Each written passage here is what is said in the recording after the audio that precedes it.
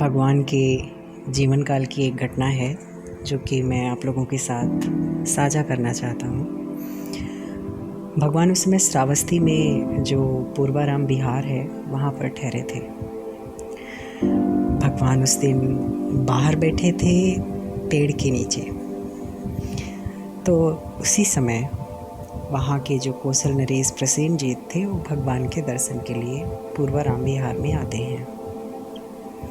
भगवान को नमन करते हैं और एक साइड पे बैठ जाते हैं।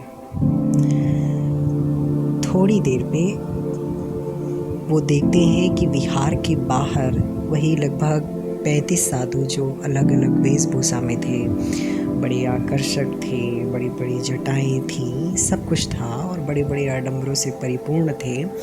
वो निकले तो प्रसेनजीत जी भगवान के पास से उठे और उन साधुओं को जाकर के नमन किया। तो पहले की एक बड़ी अच्छी परंपरा थी नमन करने की। किसी को भी नमन करने के लिए साष्टांग दंडवत करते थे, 3 बार झुकते थे उनके सामने। कौशल नरेश ने वैसा ही किया, 3 बार झुके, 3 बार परिचर्या की उन साधुओं की और इसके बाद पुनः भगवान के पास आकर के बैठ गया। और वो जो साधु थे वो राजा के सारे गुप्तचर थे, जिनको राजा ने इस तरह का वेशभूषा पहनाया हुआ था। वो लोग अदर जो राज्य थे, दूसरी जगह के राज्यों की खबर को लेकर के वो राजा के पास पहुंचाते थे। तो वो राजा के गुप्तचर थे। और उस दिन राजा ने बोला था कि आप भगवान के सामने विहार से निकलिएगा, क्योंकि उस दिन कौशल नरेश भगवान की परीक्षा लेना चाहते थे, गौतम बुद्ध की परीक्षा लेना चाहते थे कि देखें कि वाकई में गौतम बुद्ध जी को ये पता है, बात समझ पाते हैं या नहीं समझ पाते। तो अब कौशल नरेश जी उनसे प्रश्न करते हैं भगवान से कि क्या ये जो 35 जटाधारी हैं, सन्यासी हैं, क्या ये अरहंत हैं?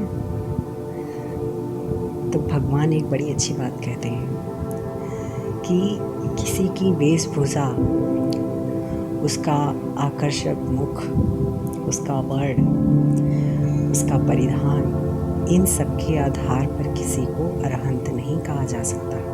और ज़्यादातर गृहस्थ लोग इन्हीं सब चीज़ों में आकर के फंस जाते हैं। वो किसी को अरहंत मान बैठते हैं, मुक्त मान बैठते हैं, जबकि ऐसी सच्चाई नहीं होती है।